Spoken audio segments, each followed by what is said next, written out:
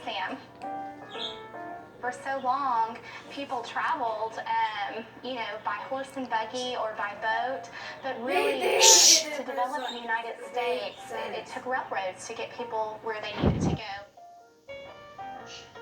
We like to preserve that history and tell the story of how it's impacted us today. On its 2 acres, right alongside 4 very active railroad tracks, the museum uses a variety of spaces to bring that history to life. We have 2 large buildings, a gallery building and an education station that houses our model train exhibit. 7 layouts, each with different gauges of train and very different landscapes.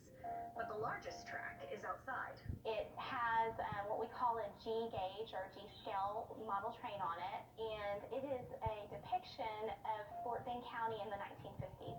The garden track is connected to the gallery building. The gallery building is really the story and the history of railroading in Fort Bend County. Our staff here are all trained to deliver that history in an educational and fun way, and to really relate it to our guests, no matter if they're 2 years old or 65 years old. Admission includes a tour with a docent who will take you through those buildings, as well as to historic Tower 17.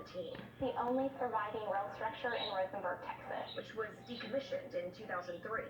It basically controlled the flow of traffic, if you will, on the tracks for 100 years, which is amazing because it has all of the technology from the electro-manual computer, so you're pulling levers to control signals and tracks, to telegraphs, to candlestick phones, to technology in the early 2000s.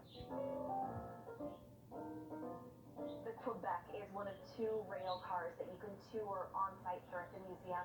And you really ought to, because none of the video that I will show you will do it justice. You've got to come and see it in person. It's been restored to its 1920s glamour. It's really neat to see. And there are so many other interesting stops on the property. You can check out an old bathhouse, the only spot where rail workers could bathe. Take the kids to the Discovery Room to learn and play. Tour this collection of antique speeders used to cart crews along the tracks.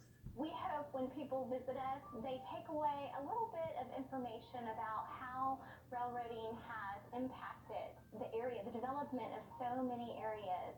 As always, we have more information about when you can visit and admission fees on khou.com/hidden gems. Reporting in Rosenberg, Brandi Smith, KHOU 11 News.